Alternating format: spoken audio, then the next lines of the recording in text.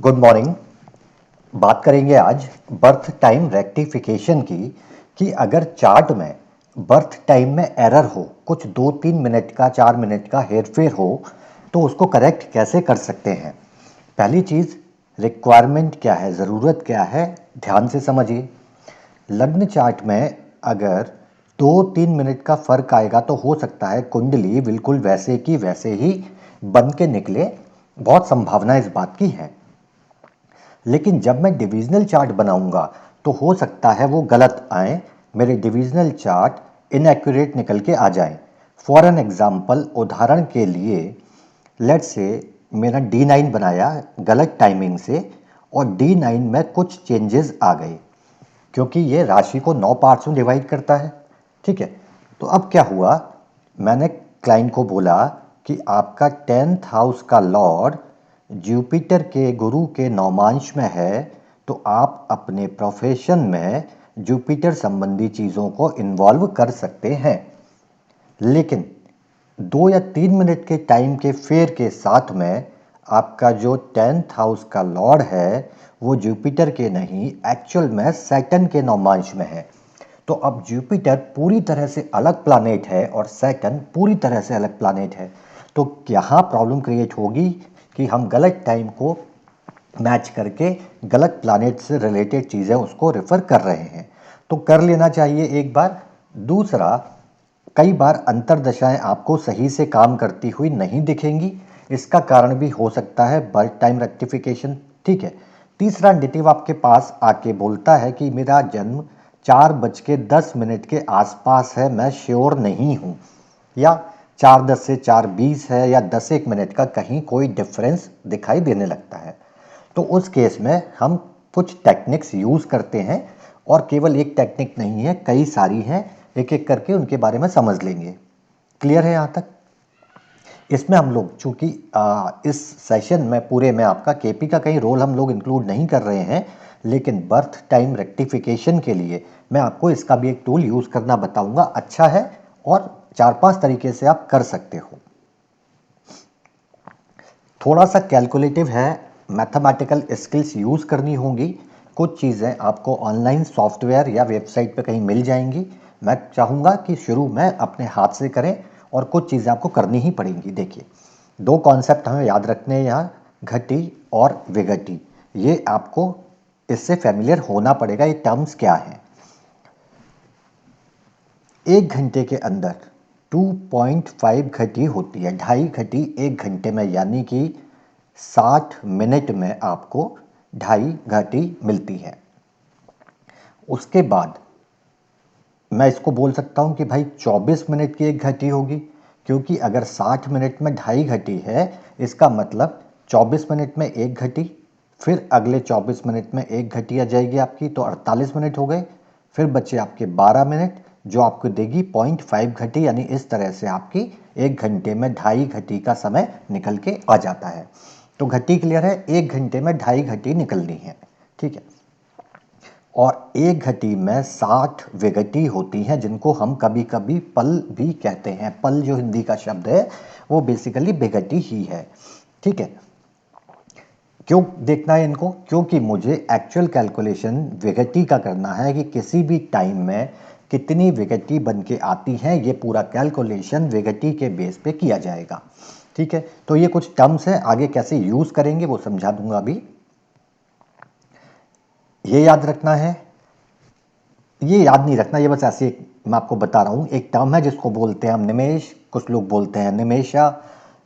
88.9 मिली second, यानी कि 1 second में 1000 मिली सेकेंड होते हैं, जिसमें से 88.9 सेकेंड जो हिस्सा है उसको आप निमेश कहते हो। ये वो टाइम है जो हम इंसान अपनी पलक झपकाने में यूज़ करते हैं। केवल एक फैक्ट है, इसलिए मैंने बता दिया, यहाँ इसका कोई रोल नहीं है इस क्लास में। ठीक है। तो 88.9 मिली सेकेंड इज अ निमेशा दैट यू यूज, ठीक है। चलो, अब एक प्रैक्टिकल कि कैसे चेंज करेंगे। लेट से मेरे पास एक टाइम पीरियड है 12 घंटे 18 मिनट का, मुझे इसे चेंज करना है विघटी में, क्योंकि आगे करना पड़ेगा आपको प्रैक्टिकल में। तो अभी थ्योरेटिकल पार्ट है, हल्का हल्का मैं आपको एक एग्जाम्पल बता दे रहा हूँ।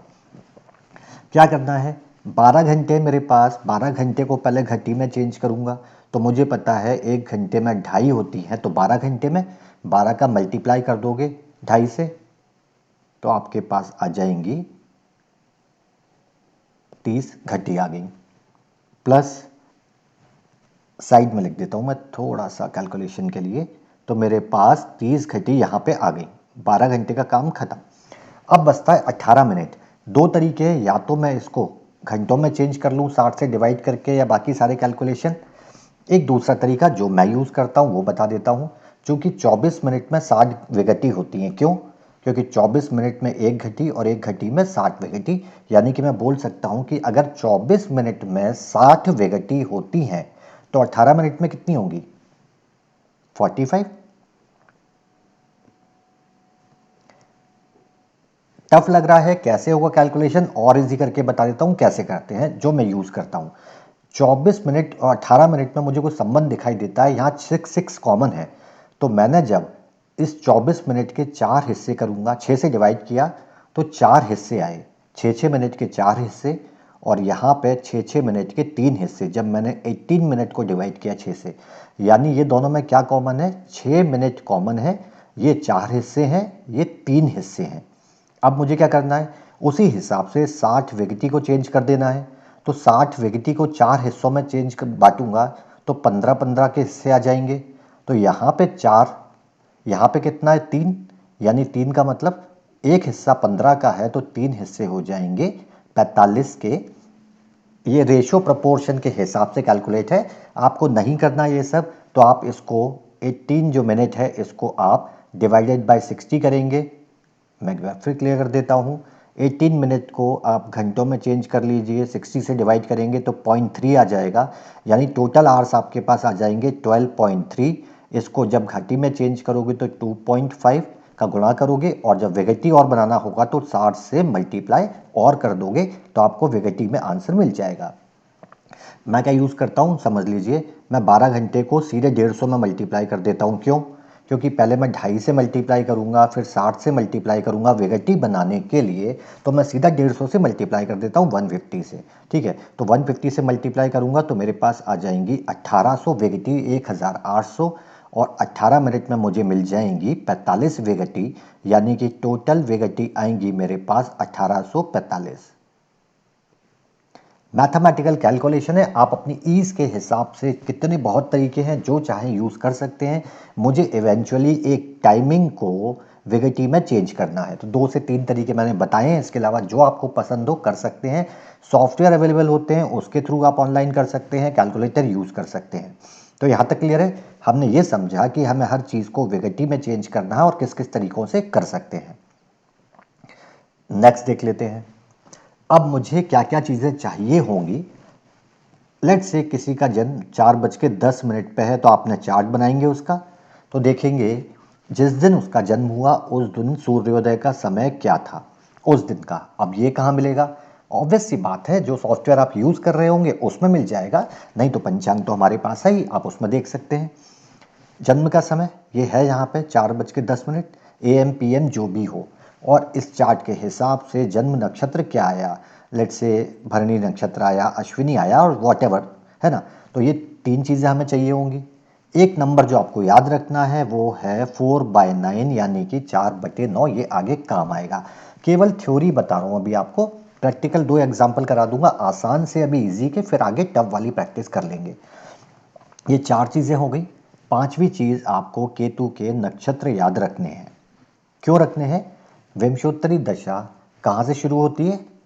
अश्विनी भरणी, क्योंकि हम केतु के नक्षत्र से पहले जानते हैं। तो इसीलिए कोई भी जब आप बर्थ टाइम में करेक्शन करोगे तो इन 3 नक्षत्रों के हिसाब से काउंट करके करोगे, आगे समझेंगे। दशाएं कैसे शुरू होती हैं अपनी? यही बोलते हैं, केशुर, चमरा और खुशबू। ये तरीका याद करने का पता है, पहले भी शायद डिस्कस कर चुके हैं। फर्स्ट दशा केतु की, फिर शुक्र की, फिर रवि यानी कि सूर्य की, केशुर, फिर चमरा यानी चंद्रमा, फिर माँ मंगल, फिर राहु, फिर गुरु, देन शनि, और फिर बुध। तो एक तरीका है वैसे याद रखने की ज़रूरत नहीं होती, बहुत प्रैक्टिस के साथ याद हो जाता है। एक आसान सा तरीका मैंने आपको बता दिया। तो ये सारे कॉन्सेप्ट मुझे याद रखने हैं। ये तो खैर मुझे मिल जाएगा, 4/9 मुझे याद रखना है, और ये आपको पता ही है ऑलरेडी। 1, 10, 19 केतु के नक्षत्र हैं, अश्विनी पहला होता है, 10वां मघा होता है और 19वां मूल नक्षत्र होता है। क्या करना है वो समझ लीजिए, अभी थ्योरी बता रहा हूँ, आगे प्रैक्टिकल कर लेंगे। सूर्योदय का समय आया, लेट्स से सूर्योदय 6 बजे का था और बर्थ टाइम है 4 AM। मुझे सूर्योदय के समय से जन्म के समय का डिफरेंस निकालना है। तो यहाँ गलती हम क्या करेंगे, बोलेंगे 2 घंटे का है, क्योंकि जन्म 4 का है, सूर्योदय 6 का है। ये गलत हो जाएगा, याद रखिएगा, ये गलत हो जाएगा। क्या करना है, जन्म के समय से पहले सूर्योदय कब हुआ, यानी कि 6 बजे सूर्योदय हुआ और आपका जन्म अगले दिन सुबह 4 बजे हुआ, तो 2 घंटे नहीं, ये डिफरेंस आएगा 22 घंटे का। ठीक है। एक और एग्जाम्पल, मान लीजिए 5:30 AM का आपका सूर्योदय का समय है और आपका जन्म हुआ शाम को 5:30 पे।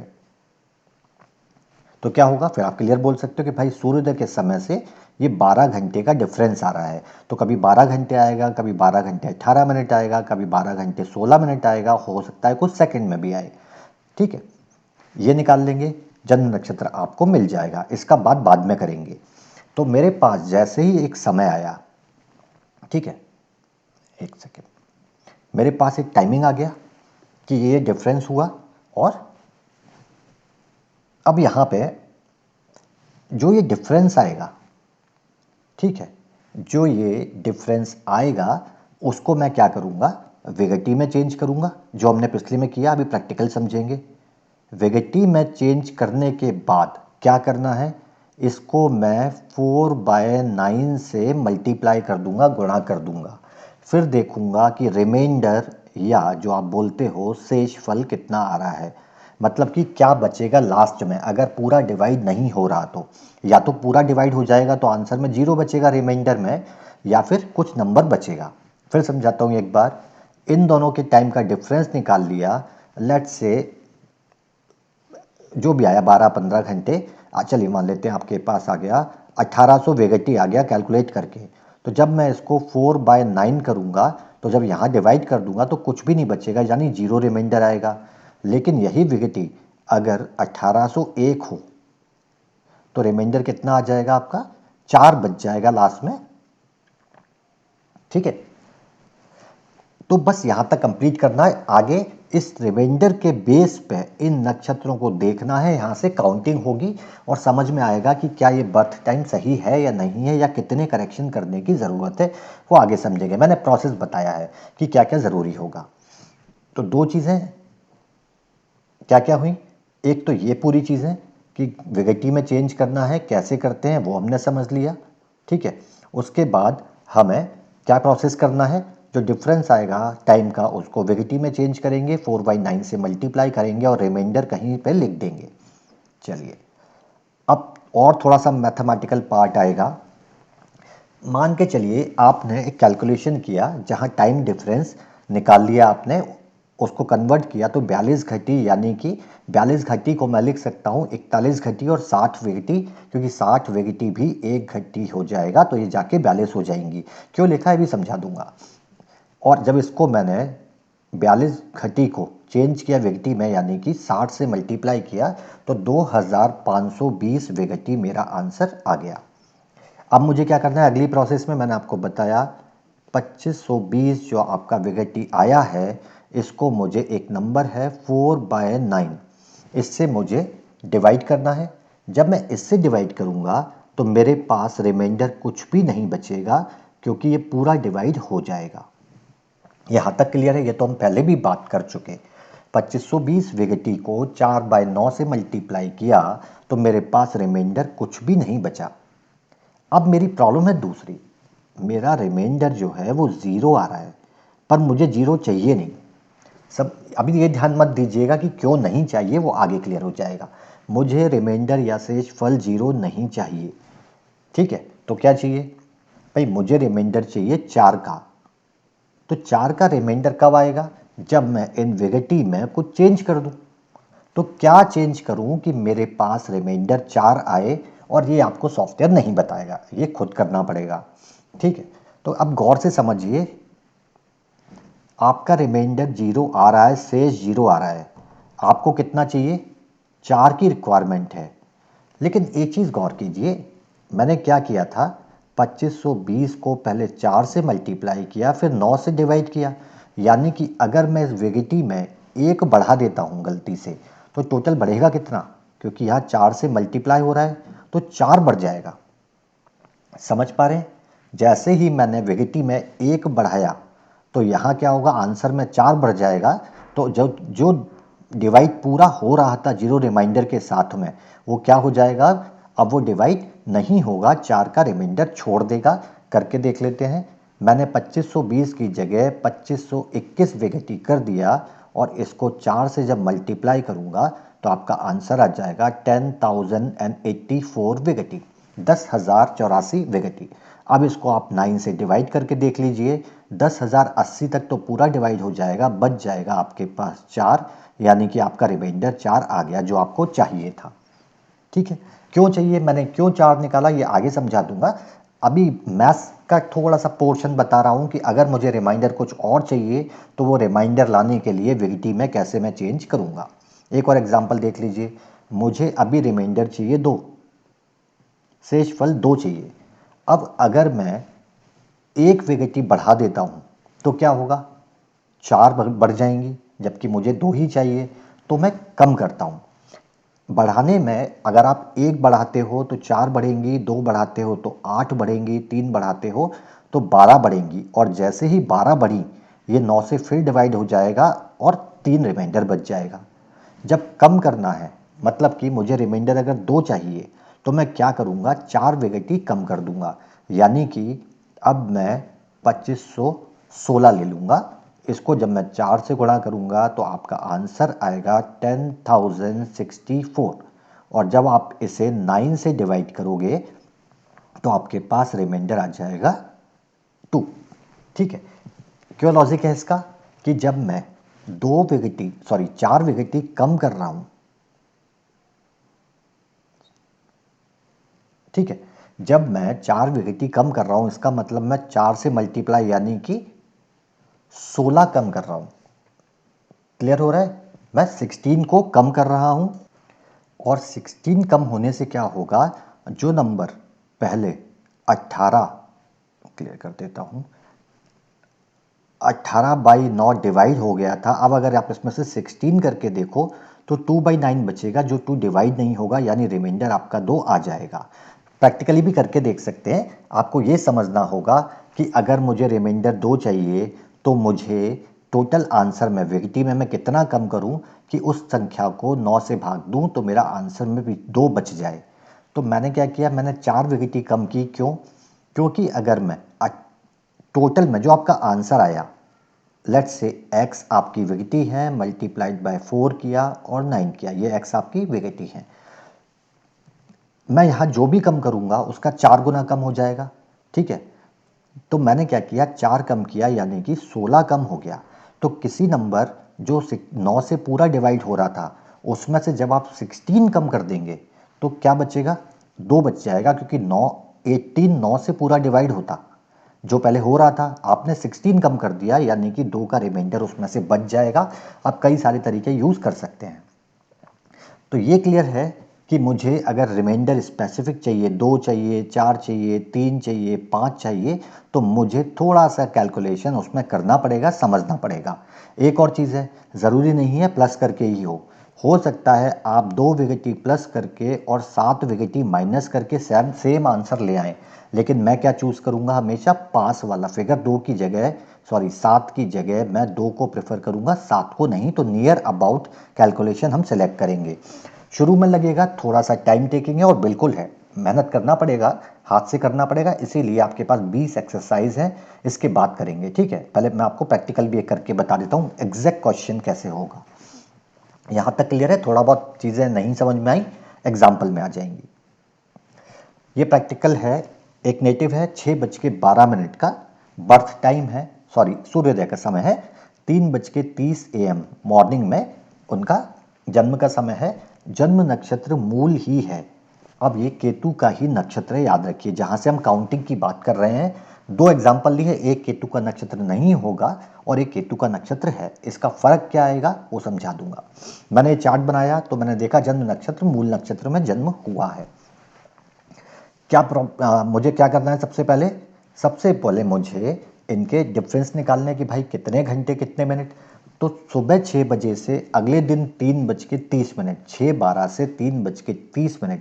तो जब मैं इसका डिफरेंस निकालूंगा तो मेरे पास आ जाएगा 21 घंटे और 18 मिनट। अब ये आप निकाल सकते हो, इसके लिए मैं आपको कैलकुलेशन नहीं सिखा रहा, केवल माइनस करना है। कैसे माइनस करोगे बता देता हूँ। देखो क्या करना है, जो 3 AM का टाइम है, ठीक है, उसमें आप क्या कर सकते हो, 24 जोड़ सकते हो, क्योंकि सुबह का टाइम है। दोपहर का होता है तो हम 12 जोड़ देते हैं, ठीक है। आपके ऊपर जैसे आप करना चाहो, ठीक है। एक सेकेंड। तो हमारे पास 21 आवर और 18 मिनट का टाइम आ गया। पहला स्टेप क्या है, मुझे इसको विघटी में चेंज करना है। तो जैसा मैंने आपको बताया, अगर आप चाहो तो पहले घटी में चेंज कर लो, इसको 2.5 से मल्टीप्लाई कर लो, है ना, वो सारी चीज़ें। या मैंने आपको बताया कि भाई मैं 21 को सीधे मल्टीप्लाई कर देता हूँ 150 से। तो 150 का गुणा जब 2 में करोगे तो आंसर आ जाएगा 3000। क्या बचा यहाँ? 21 है, मैंने 20 से मल्टीप्लाई किया है। यहाँ एक और बचा, तो 150 का गुणा 1 से करूँगा तो 150, यानी कि 3150। एक बार फिर से मेंशन कर दे रहा हूँ मैं, 21 आवर प्लस 18 मिनट मेरे पास टाइम है। तो मैंने इनको विघटी में चेंज किया, इसका गुणा 150 से कर दिया, तो इसका आंसर आ जाएगा 3150, 3150 विघटी। और 18 मिनट का विघटी हमने शायद पहले भी निकाला है, हमें पता है कि 24 मिनट में 60 विकेटी होती हैं, तो 18 मिनट में हमारे पास 45 विकेटी आ जाएंगे, यानी कि 45 विकेटी। यानी टोटल कितना हो गया आपका? 3195। मैं वही लिख देता हूँ फिगर, 3195 विकेटी मेरे पास आ जाता है। चलिए, अब मुझे क्या करना है, इस नंबर को मुझे 4/9 से मल्टीप्लाई करना है। 3195 मल्टीप्लाइड बाय 4/9। तो क्या होगा जब आप इसको सॉल्व करोगे, ठीक है, यहाँ पे तो आंसर क्या होगा आपका? रिमाइंडर 0 बचेगा, कुछ भी शेष नहीं बचेगा। यहाँ तक तो ठीक है, ये तो हम कर लिए। अब क्या करूँ भाई, टाइम मेरे सामने है, नक्षत्र मेरे सामने है। जब भी आपको कोई नक्षत्र दिखे, किस नक्षत्र में हुआ, उससे ढूंढिए केतु का नक्षत्र कितना पास है। तो आप देखोगे ये तो केतु का ही नक्षत्र है मूल, और जब तक का जन्म मूल नक्षत्र में हुआ, यानी कि यहाँ पर रिमाइंडर 0 नहीं आना चाहिए था। मूल नक्षत्र से एक पहला नक्षत्र क्या होगा? मूल ही होगा। जैसे हम जन्म कुंडली के घर गिनते हैं, पहला घर लग्न को ही बोलते हैं। तो यानी कि रिमाइंडर अगर 1 आता तो इसका मतलब था कि ये हाँ पहले नक्षत्र में ही मूल के पास है। अगर ये मघा के पास होता तो मघा से काउंट करते कि कौन सा है। चूंकि ये मूल नक्षत्र है, एक बार फिर से बता देता हूं, सब क्लियर करता हूं। मेरा रिमाइंडर आ गया 0 शेष। मुझे रिमाइंडर 1 चाहिए, क्यों? क्योंकि ये मूल नक्षत्र के पास में है और मूल ही है। यानी कि जब मैं यहां से काउंट करूंगा तो मुझे 1 ही काउंट करना है। पहला ही नक्षत्र मूल का कौन सा है? मूल से स्टार्ट होगा। यानी कि मुझे अब रिमाइंडर कितना चाहिए? 1। तो मैंने अभी थोड़ी देर पहले सिखाया कि जब मुझे रिमाइंडर कुछ एक्स्ट्रा चाहिए होगा तो मैं क्या चेंजेस कर सकता हूं। समझ पा रहे हो कि मुझे रिमाइंडर यहां पे 1 चाहिए, कैसे होगा? 3195 ये विघटी है, 4/9 से डिवाइड कर रहा हूँ, रिमाइंडर 0 आ रहा है, लेकिन मुझे चाहिए 1। मैंने क्या किया, मैंने इसमें से अब मुझे 1 रिमाइंडर चाहिए। ये मुझे पता है कि जब मैं 8 कम करूँगा तो 4 रिमाइंडर आएगा, 2 कम करूँगा विघटी में तो 1 रिमाइंडर आएगा 0 से। तो जब मैं 3193 विघटी कर दूंगा यहाँ पे, तो करके देख लेते हैं। तो जब आप मल्टीप्लाई करोगे 12,772 आपका आंसर आएगा। और जब इसको आप 9 से डिवाइड करोगे, इस फिगर को जब 9 से डिवाइड कर दोगे तो आपका आंसर मतलब आपका जो रिमाइंडर है वो 1 यहाँ पे आ जाएगा। ये क्यों किया मैंने? क्योंकि जो नक्षत्र बेस है दैट इज मूल, और मुझे वही चाहिए था। तो मूल से काउंट मुझे 1 करवाना था, इसलिए मैंने 1 लिया। यानी कि आपने क्या किया, जो इस जातक की विकेटी आई उनमें से 2 कम किया। तो बर्थ समय में करेक्शन क्या हुआ कि भाई इस जातक का जन्म सूर्योदय के बाद 3195 3195 विकेटी के बाद नहीं हुआ, 3192 विकेटी के बाद हुआ, सॉरी 93 विकेटी, यानी कि 2 विकेटी पहले हुआ। और 2 विकेटी का मतलब क्या है समझ लो,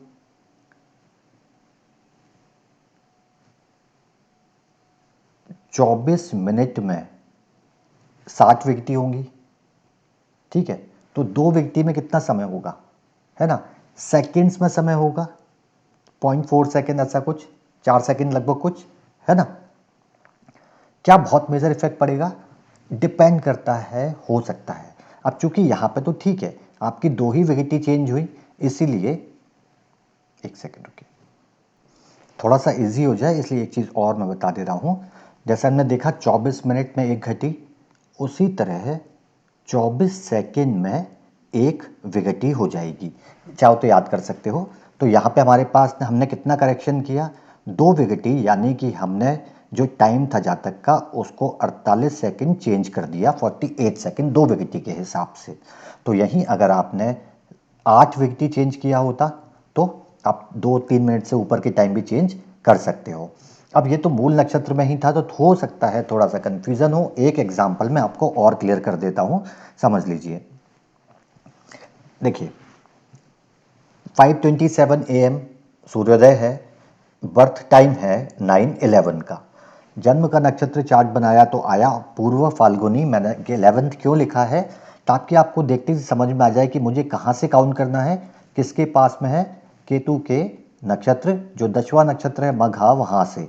तो वहाँ से कौन सा नक्षत्र है ये, सेकंड, दूसरा नक्षत्र। अब समझ में आया कि जो नक्षत्र आया है वो केतु के कौन से नक्षत्र के पास में है और वहां से कौन सा है, तो दूसरा है। यानी कि मैं बोल सकता हूं कि मुझे इसका कैलकुलेशन का आंसर रिमाइंडर में यानी शेष में अगर 2 आ जाए तो ये परफेक्ट है बर्थ टाइम। और अगर 2 से ऊपर नीचे है तो मैं क्या करूंगा, 2 लाने के लिए कुछ चेंज कर दूंगा, और जो चेंज होगा वो चेंज मैं बर्थ टाइम में कर दूंगा। कुछ विकेटी होंगी यानी कि कुछ सेकंड्स होंगे या कुछ मिनट को मैं चेंज कर दूंगा। चलिए कैलकुलेट करते हैं, कितना टाइम डिफरेंस आ रहा है इसमें। टाइम डिफरेंस आ जाएगा आपका पूरा 4 घंटे नहीं आएगा, 3 घंटे आएगा, और 40 यानी कि 44 मिनट्स, 3 घंटे 44 मिनट 44 मिनट्स आपका टाइम डिफरेंस आ जाएगा। विकेटी में चेंज करोगे तो क्या होगा, कैसे भी कर सकते हो, 3 घंटे को अगर आप 150 से मल्टीप्लाई करोगे जो मैंने बताया सबसे पहले, तो ये आ जाएगा आपका 450।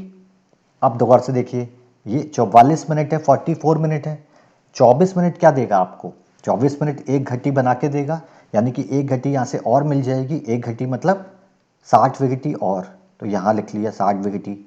अब क्या बचा इसमें से, अब आपके पास बचा केवल 20 मिनट, ठीक है। तो 20 मिनट में कितनी विकेटी और होंगी, 20 मिनट में 50 विकेटी और हो जाएंगी, यानी कुल मिला के आपके पास आ जाएंगी 560 विकेटी, ठीक है। 560, ये क्लियर करके अलग से लिख दे रहा हूँ, कैलकुलेट आप नोट्स में आपको फिगर तो है ही, आप कैलकुलेट कर लेना, और 20 एक्सरसाइज और हैं। 560 मैंने यहाँ नोट डाउन कर लिया। अब मुझे क्या करना है, विकेटी में चेंज करने के बाद 560 को मल्टीप्लाई करता हूँ मैं 4/9 से, ठीक है। अब जब मैं इसको 4/9 से डिवाइड करूँगा तो क्या, सॉरी मल्टीप्लाई करूँगा, तो मेरा आंसर आएगा 2240 डिवाइडेड बाय 9, ठीक है।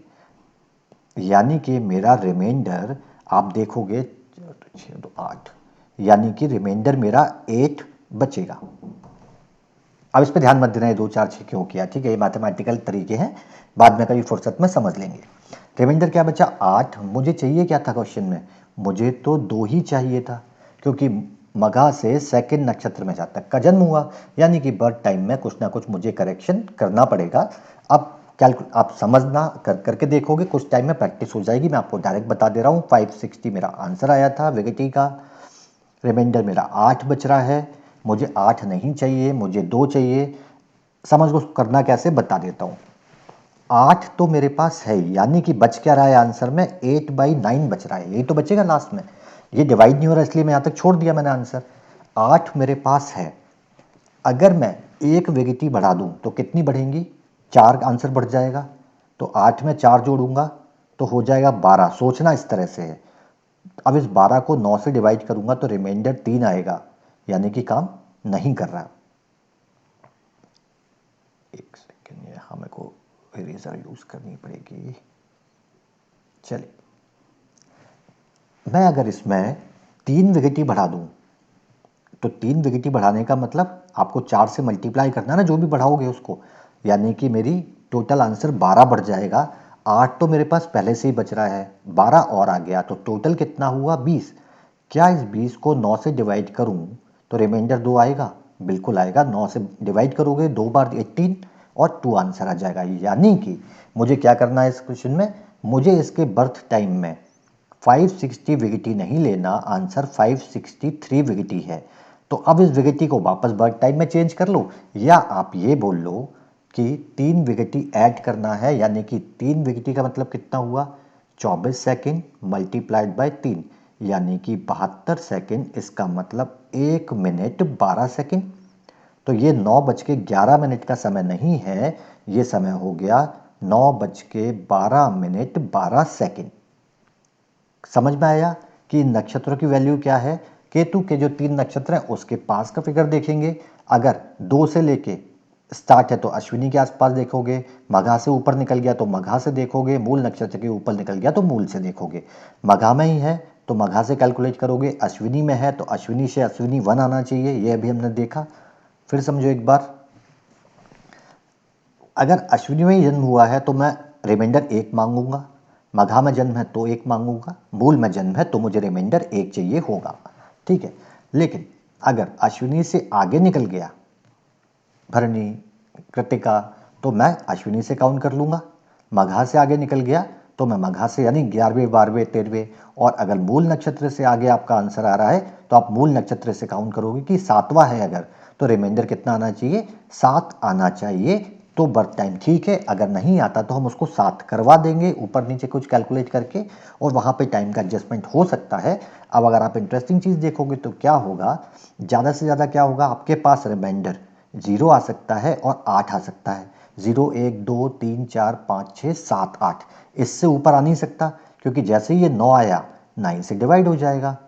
ठीक है, यानी कि आपके पास 9 अलग तरह के रिमाइंडर आ सकते हैं, उनको चेंजेस करने के लिए हो सकता है आपको 4 विकेटी, 5 विकेटी, 3 विकेटी चेंज करनी पड़े, यानी कि 2 मिनट, 3 मिनट, 1 मिनट, 1.5 मिनट का टाइम आपको एडजस्टमेंट करना पड़े। ये बहुत बारीक और पास के समय के लिए अच्छी तरह से काम करता है। क्या यही एक मेथड है?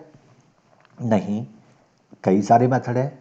और इस मेथड के साथ हम एक चीज़ और करेंगे कि ये तो मैंने कर लिया, लेकिन इसको वेरीफाई करने के लिए हम देखेंगे क्या लग्न हमारा सही है, क्या कर्क लग्न ही आना चाहिए या कन्या लग्न ही आना चाहिए, एरीज आना चाहिए, टॉरस आना चाहिए। तो दोनों को मैच कर देंगे तो चीज़ें अच्छी निकल के आती हैं। 3 से 4 मेथड करेंगे।